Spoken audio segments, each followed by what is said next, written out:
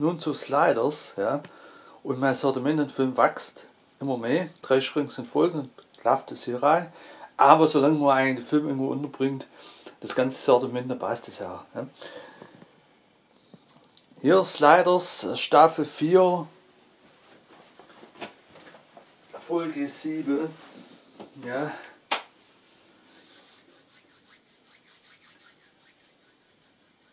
Die Drogenwelt.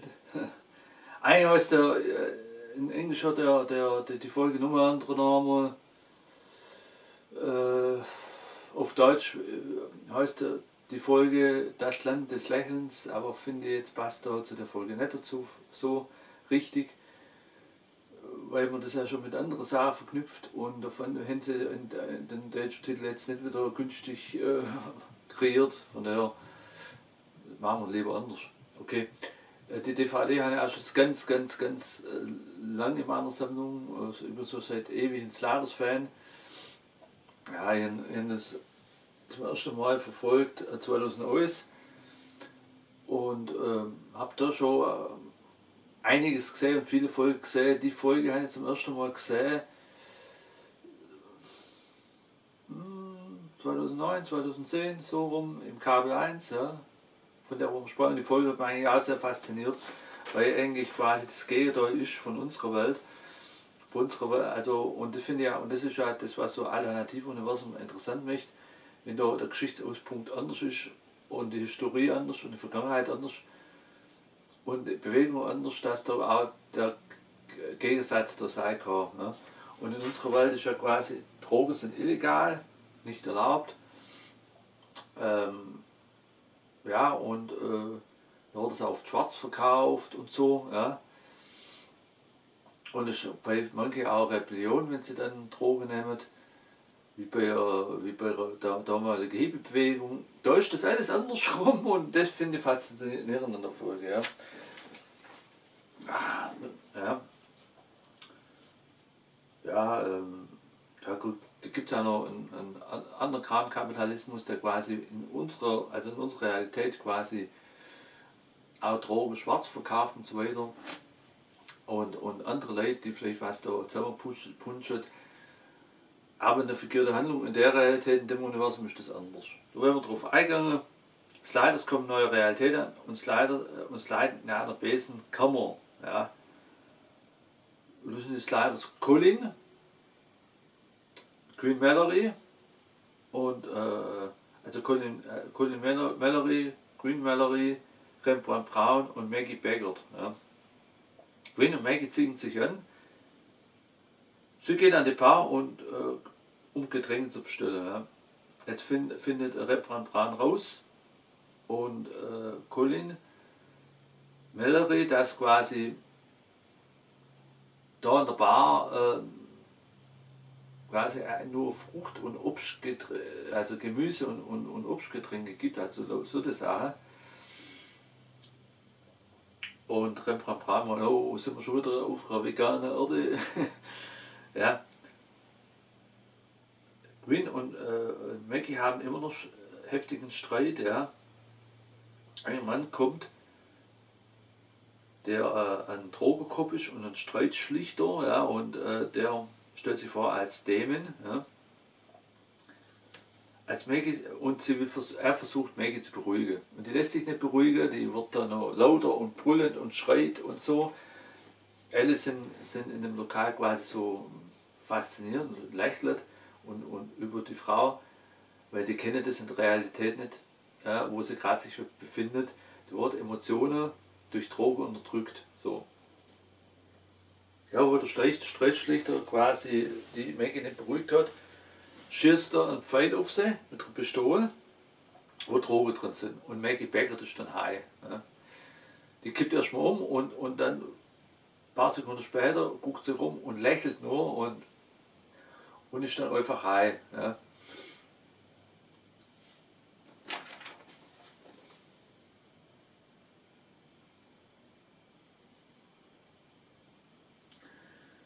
Ja, und das ist eigentlich so eine besorgte Auge von den anderen Sliders.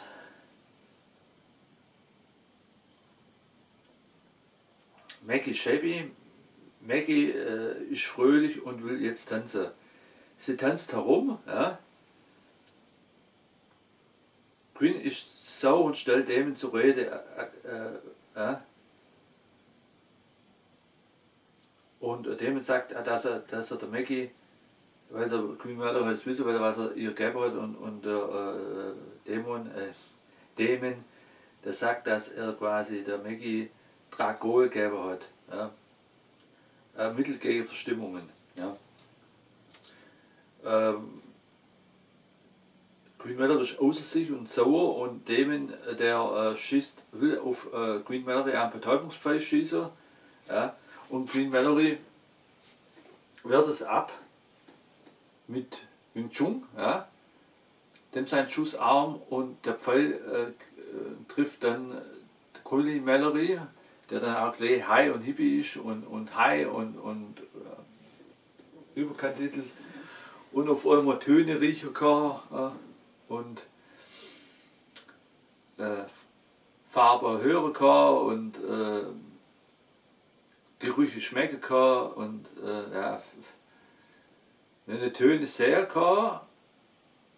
Ja, ich habe die Folge zwar oft angeschaut, aber der kann Töne sehen und Farbe hören und ja, und Gerüche schmecken, so war das.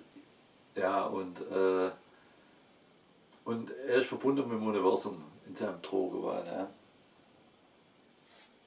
Queen Mother entwaffnet quasi mit Wing Chun den Dämon, ja, mit seiner Drogenknarre, und da merkt er, wie quasi die Maggie auf die Straße tanzt, und also aus dem Gebäude raus, und hat erstmal am Trott war so ein bisschen so ein Anfall, und dann ist er verflogen, dann tanzt sie auf die Straße.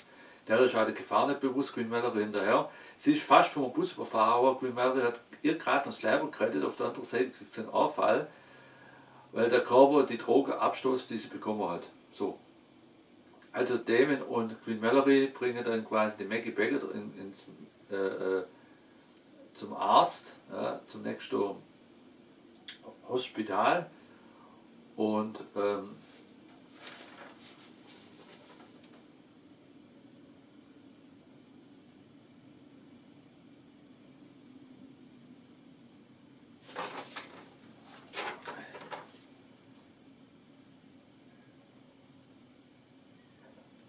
die Ärzte meint,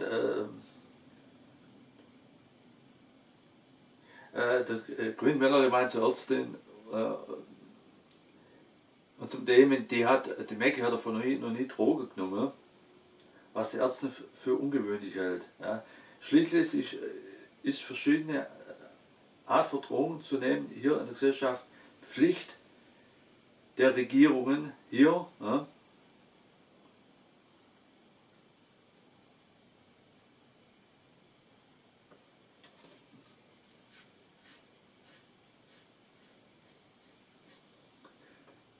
Weil die Regierung wählt hier den willenlosen Bürgerzüchter, ja, den Musterbohrer, der brav vormäßig dient. Ja.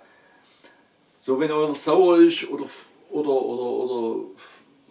irgendwie andere Emotionen hat, Angst hat und so weiter, depressiv ist oder rebellisch ist, was auch immer, und die Regierungen da wählen halt dann den Bürger konform machen, systemkonform machen, dann machen die das mit Drogen. Ja. In dieser fingierten Realität, also in der Folge, fand die Folge richtig gut. Was wäre, wenn das irgendwie anders wäre wie bei uns? Ich finde die Folge sehr faszinierend. Ich persönlich bin gegen Drogen. Ja. Und so, ich habe noch nicht mal einen Joint geraucht, aber so Geschichte fasziniert mich, so Fiction-Geschichte, zum Beispiel jetzt mit den verschiedenen Universums. Was wäre, wenn da eine ganz andere gesellschaftliche Struktur ist? Ja.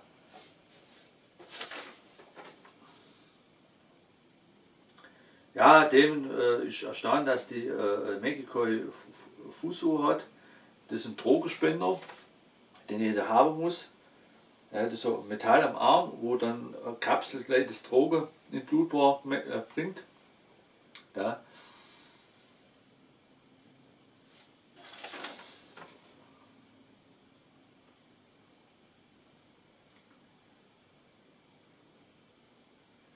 Ja, die sind doch ein bisschen erstaunt, dass die Konfusor haben und dass die da noch keine Droge haben. Und Quinn meint, ja, wir kommen ja aus Kanada. Als die Maggie behandelt worden ist, ja, dass man der ein Gegenmittel spritzt, weil sie auf das Mittel ja nicht so wirklich gut ihr Körper reagiert hat, ruft die Ärztin gleich die Behörde an, das kriegt Quinn Mallory mit, der kann da mithören, dass bei ihr Quinn Mallory ist. Ja.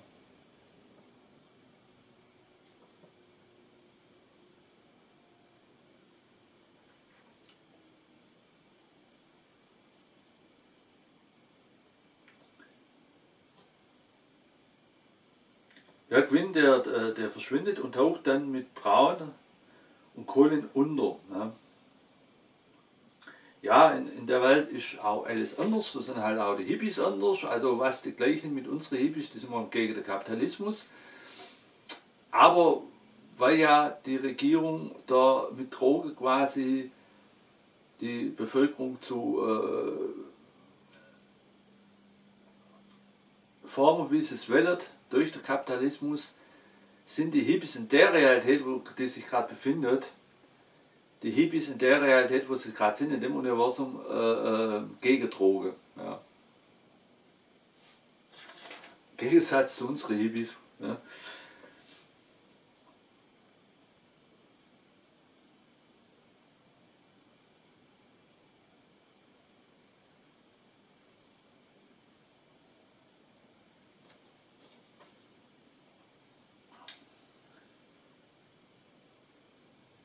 Ja, sind doch gegen Drogen, nicht für Drogen, die Hippies. Drogen, FBI, ja, für Drogen verfolgt, also die Drogenfahndung dabei auch noch, verfolgt den Hippie Quinn wegen Verbrechen. Ja. Also der Quinn in der Realität, nicht unser Quinn. Ja. Wegen Verbrechen, ja, der wurde zweimal schon verhaftet, wegen Nichtbesitz von Droge. Ja. Wer da keine Droge hat, ist in der Realität quasi ein Verbrecher. Ja. Sie dachten, er starb schon an Unterdosierung an Nicht-Droge. Ja. Dabei hat er sich in Mexiko abgesetzt. Ja. Der Quinn von der Realität, nicht unser Quinn. Aber unser Quinn, der wurde jetzt verfolgt. Ja. Sie haben Angst vor den Hippie-Rebellen gegen Drogen und gegen andere, ja, weil die ganze Gesellschaft nimmt Drogen, um die quasi mundtot zu machen, willig, ja, und zu brave Lämmer zu machen, die quasi der Regierung quasi folgen und die brave Bürger sind, wo die Regierung dann ihre willerloses Zombies sind. Ja, und deswegen tut die Regierung in der Realität die Drogen sofort. Ja. Und den halt Propaganda raushauen, ja, ohne Droge, wenn ihr ohne Droge lebt, bleibt ihr gefährlich. Ja. Colin wird nüchtern und will mehr Drogen. Colin läuft dem Drogenkopf hinterher, weil er mehr Drogen will. Dem schießt Drogenpfeil auf Colin. Colin ist wieder high. Ja.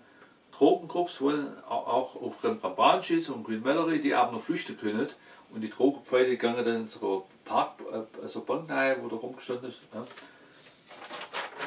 Also ist viel zum Erzählen. Jetzt hat die Regierung Colin und Maggie in der Gewalt. Maggie ist gefesselt und aggressiv. Colin lernt Fleischerloh kennen, der ist von der Drogen-FBI für Drogen, Spezialagent von der Drogenaufsichtsbehörde und Konsumüberwachung. Ja. Meg und Colin werden mit Drogen gefügig gemacht, dass sie andere Personen sind. Und zwar Spießerbürger, fröhlich und systemtreu wie Zombies. Ja. Keiner darf ein Gefühl haben, eigene Gedanken und eine Idee. Die müssen alle betäubt werden und formgemäß in der Muster gedruckt worden durch Drogen, dass sie sich alle regelkonform verhalten und keiner einen Individualismus hat. Ja. Dass die Regierung damit quasi den Musterbürger züchtet mit Drogen in dieser Realität. Ja. Cullen und Maggie werden weggebracht und Queen Mallory und Rembrandt wollen mit der Taxi verfolgen, aber der Taxifahrer war so high, dass das nicht zustande gekommen ist. Cullen, ja. Also Cullen und Maggie sind weggebracht worden, falls ich mir versprochen mit den ganzen Namen, und Queen Mallory und Rembrandt wollen mit der Taxi vorher, mit der Taxi verfolgt, ab der Taxifahrer, mit der Taxifahrer war so high, dass das nicht zustande gekommen ist. Cullen und Maggie werden die wird eingeborgt, bekommen ein Haus mit Garten und spielt und durch die Droge war sie die Vorzeigeborg. Das sind irgendwie ganz andere Personen. Ja.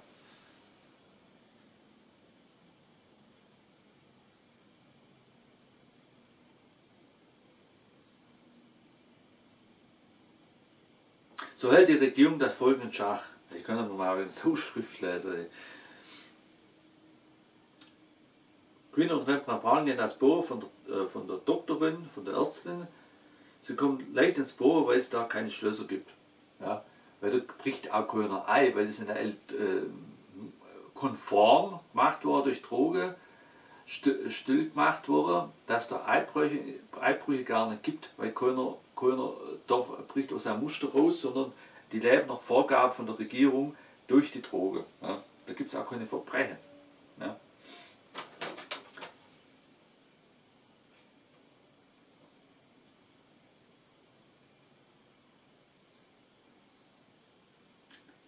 Im Computer sieht Queen Mallory und Rembrandt Aufnahme von dem Queen Mallory in dieser Realität, ja, der da hippisch und feurige Rede hält gegen Drogen und dass er die Leute alle clean machen will, eine Gesellschaft will ohne Droge. Ja.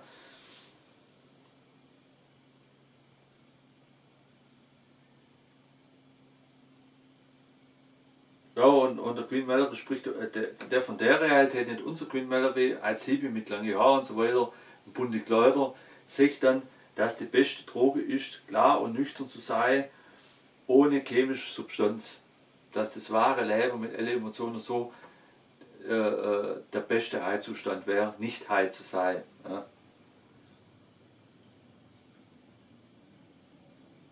Im Haus von Colin und Maggie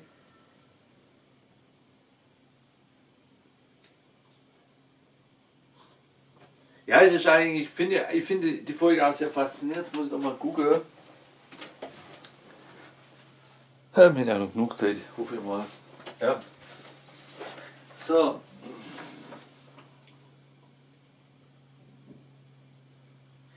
Ja, im Haus von Colin und Maggies Regierungsbücher, wo sie da hin, wo die dann auch als brave Bürger da studieren müssen. Und da gibt es so Bücher wie Drogen sind dein bester Freund, Buch der Zweisamkeit und Glück mit Drogen im Haus, und dann so Machwerk von Sigmund Freud, so aus dem seine Historie, die ganz anders ist, dem seine Historie wie bei uns, weil da der Geschichtsverlauf anders ist. Da hat sich Sigmund Freud sich anders entschieden, hat sein altes Machwerk quasi über den Hof geschmissen und hat dann sich neu gewidmet. Ja. Und Sigmund Freud hat in der Realität schmiss er sein altes Machwerk über Bord und entwarf Lithium. Er wurde Chemiker, weil er die Auffassung gehabt hat, das Motto, dass man die Psyche nur retten kann mit Drogen. Ja. Vergiftung gegen Drogen sind auf dem Schwarzmarkt. Ja. Um Queen Mallory und Rembrandt nicht mal zu fassen, ist der Dämon haben sie dann unter aggressive Droge gestellt, dass er dann keine Schmerzen spürt und wie Terminator Rembrandt und Queen Mallory sucht. Ja. Und die Drogendealer verkaufen Mittel für den Drogenentzug. Ja. Also quasi alles andersrum wie bei uns. Gell? Und fand die Folge sehr interessant und auch sehr, sehr fictionmäßig, dass auch quasi, dass sie den Musterbürger der keine individualistische Emotionen von sich aus bilden darf, sondern nur in Schach gehalten wird mit Drogen, aus dem den Muster Spielverbot gemacht wird, der konform der Regierung dient und nicht irgendwie auffällig wird, sondern einfach wie jetzt Maggie Beckett und Colin, nicht, er hat mir versprochen, Maggie Beckett und Colin Mallory, dass wir die einfach in der Hausneid haben mit Gärtle, so, wir sind jetzt einquartiert und die und die Droge, die müsst ihr nehmen und dann den euch brav und fröhlich verhalten und macht eure Pflichten und mehr und die möchte man so willig und konform und durch die Droge sind sie quasi die brave Bürger, wo nur nicket und lächelt und quasi dem System folgt. Und wenn sie irgendwie Bedenken haben oder so, dann wird sie mit Drogen verbunden, dass sie wieder happy sind. Aber was interessant ist, dass Maggie irgendwann doch in ihrem Drogenheitszustand doch irgendwann mal das alles hinterfragt hat. Ob die irgendwann, ja, ob Queen Mallory, Rembrandt Brown, Maggie Beckett und Colin Mallory raushauen können, oder ob Colin und Maggie da in der Welt bleiben und da versumpft ihrem Spießleben unter Droge, will ich nicht verraten.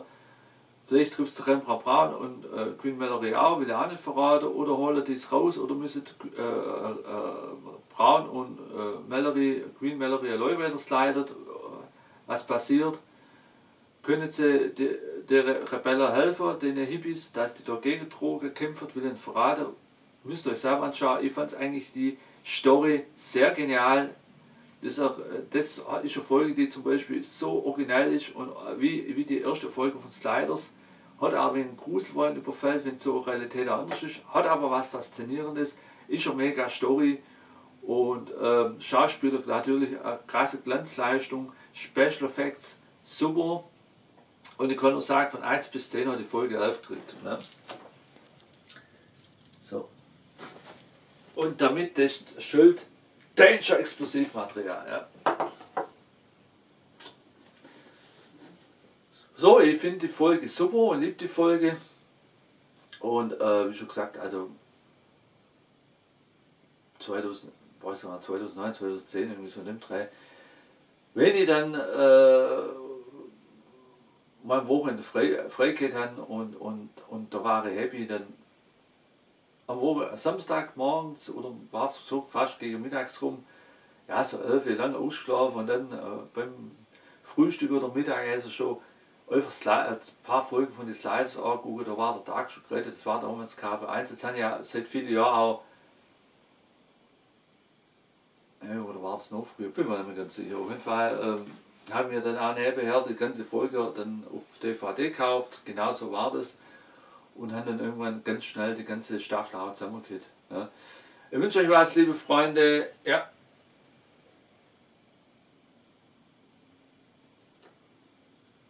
Lieferung in dem Gelände. Zeit.